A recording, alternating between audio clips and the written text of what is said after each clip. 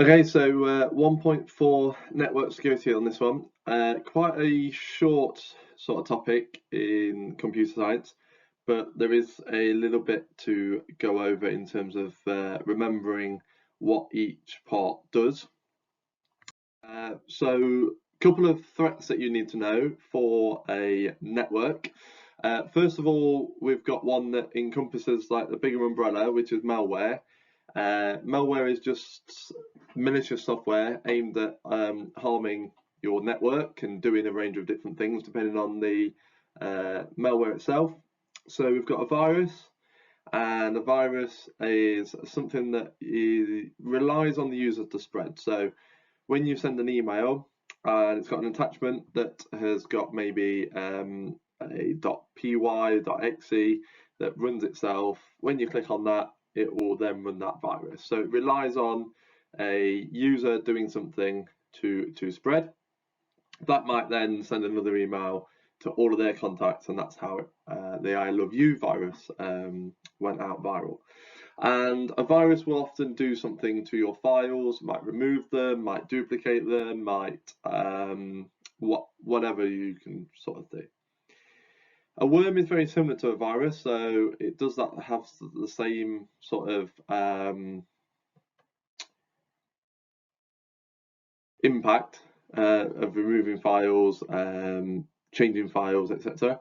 But it replicates itself, so it normally opens back doors.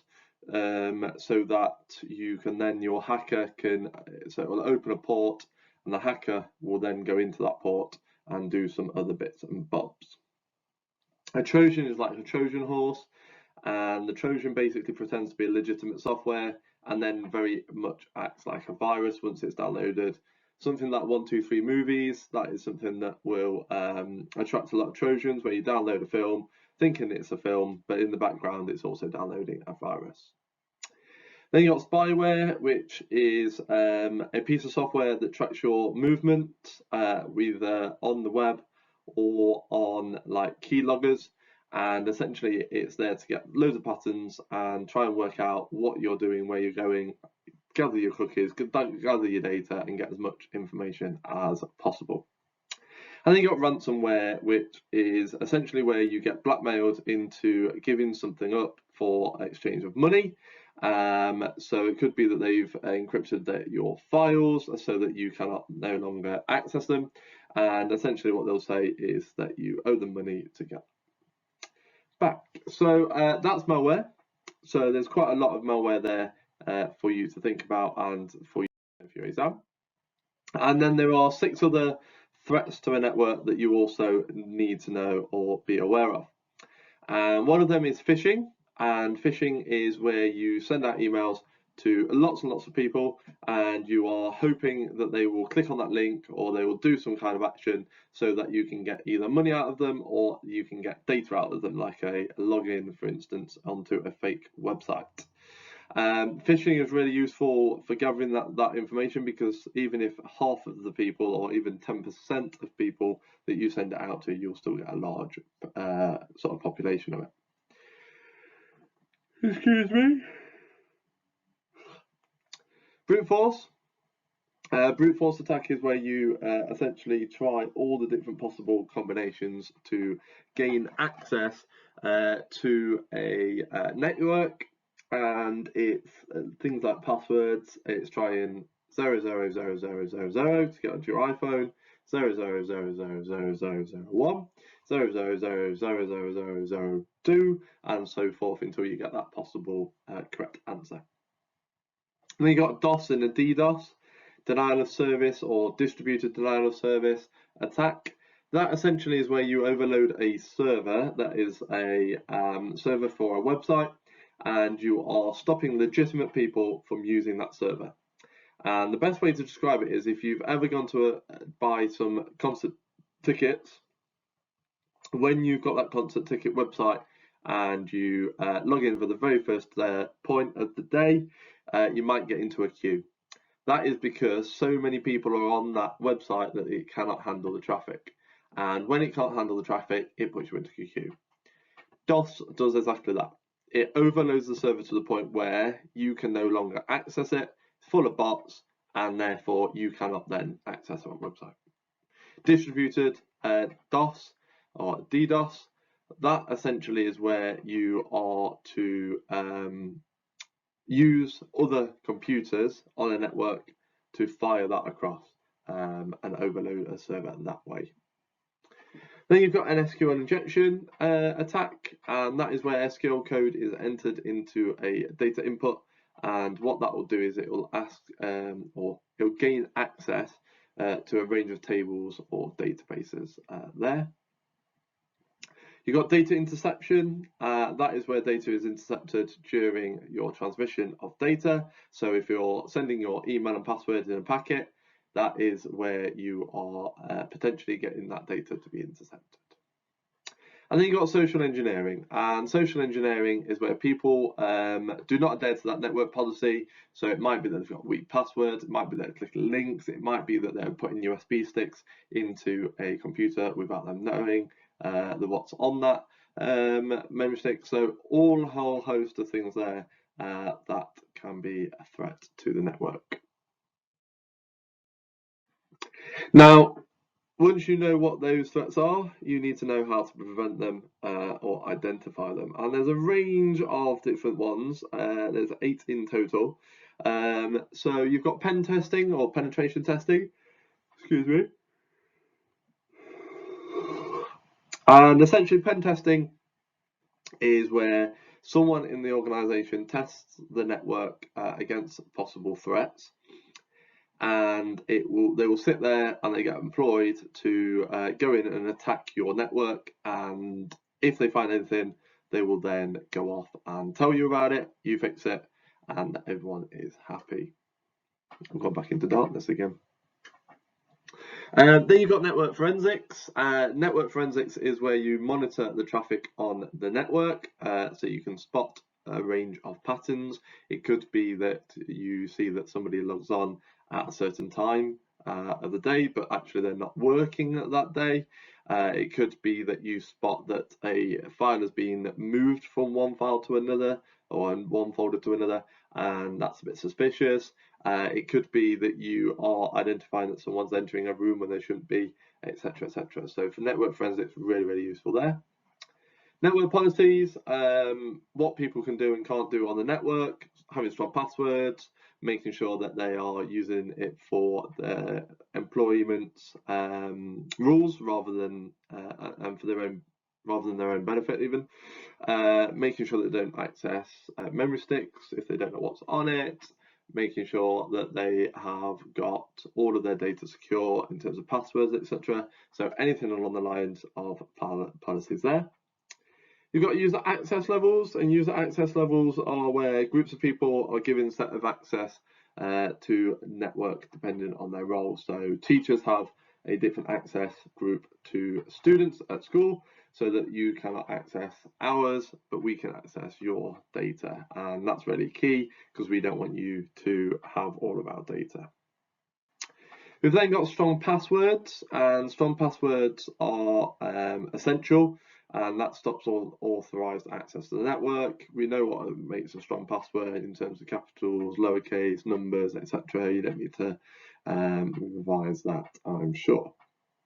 And then you've got encryption, and encryption is where we looked at last unit as well, 1.3, but it's essentially where people cannot read the data, or they cannot understand the data when it is intercepted. Okay, that should say cannot understand. That is not correct. Boom, get rid of that. You want it to be it is not understood, so it cannot be understood. That's poor from me. I can only apologise for that. And then the other two that we've got access to are antivirus or anti-malware and a firewall. Firewall monitors traffic coming into and out of the network, ensuring only authorised traffic is allowed through. So very similar to what we've got at school in terms of Smoothwall, where you can only access websites that we allow, and people can't access our network without prior arrangement from us. And anti-malware or antivirus detects malware it stops it from being installed onto the network, confines it into a space, and then removes it from the network. So there's quite a lot there for you to think about, but actually in the grand scheme of things, it's quite a small topic. So we've got some exam questions, 5 in total, to have a look at. Let's have a So this one's talking about a software development company, and it's asking to identify 2 methods of physical security that the company could use to protect their computer systems. So think about physical security.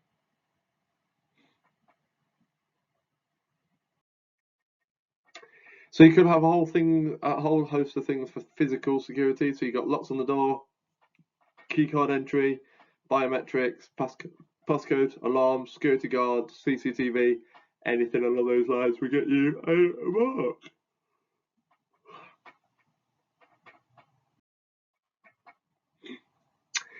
Very similar question. Identify and describe 2 software-based security methods that a company can use to protect.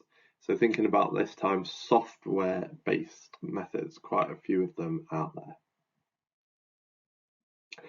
Here's 6 marks. So you get 1 mark for identifying the method, which is method 1 or method 2, and then you get 2 further marks for describing it.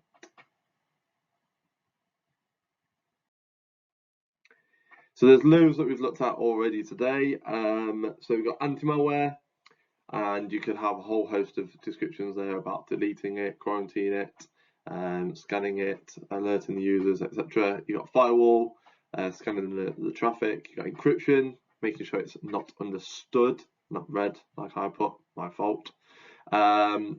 You've got user access levels, antivirus, anti-spyware, passwords, and 2-factor. So there's loads and loads for you to think about there as well. So this question is writing 1 prevention method for each threat in the table. So each prevention method must be different. So that's really quite key. So you must have a different one for each of your threats.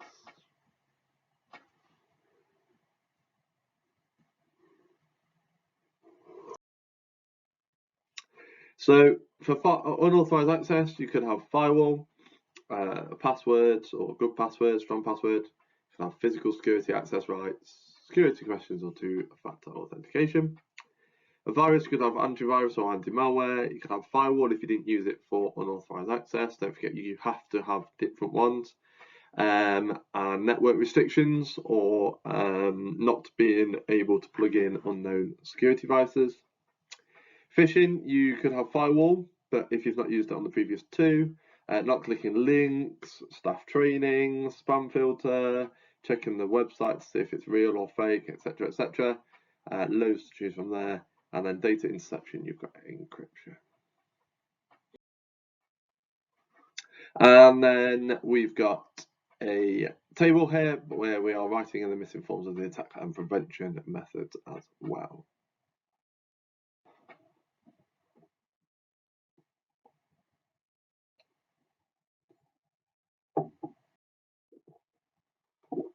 So this one, the program attempting all possible password combinations is brute force attack. And to stop that, you could have any of the following. So strong password, set number of password attempts, or firewall.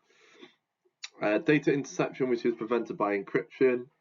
Description is something along the lines of it being not able to be understood by unauthorized users, anything along those lines, or stopping data from being intercepted is a little bit vague. It needs to have something about unauthorized access or unauthorized user. And then what's prevented by antivirus? Well, form of attack is malware of some form, so virus, Trojan, worm, spyware, anything along the lines of that. And then description of the attack is software that damages or deletes data. Now, the last question, nice lengthy one, 6 marks. Staff already use strong passwords, so you can't use strong passwords. But with reference to system security, so system-based, state 3 other ways that the hospital could protect the network system.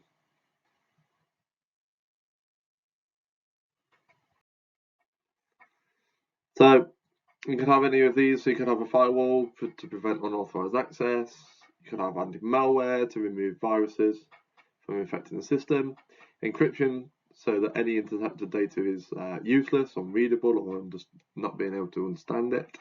User access levels, so the users have restricted access on network rules that define the acceptable use. So again, hopefully that was useful for you. And again, if you need anything, do please let us know, and we are more than happy to help.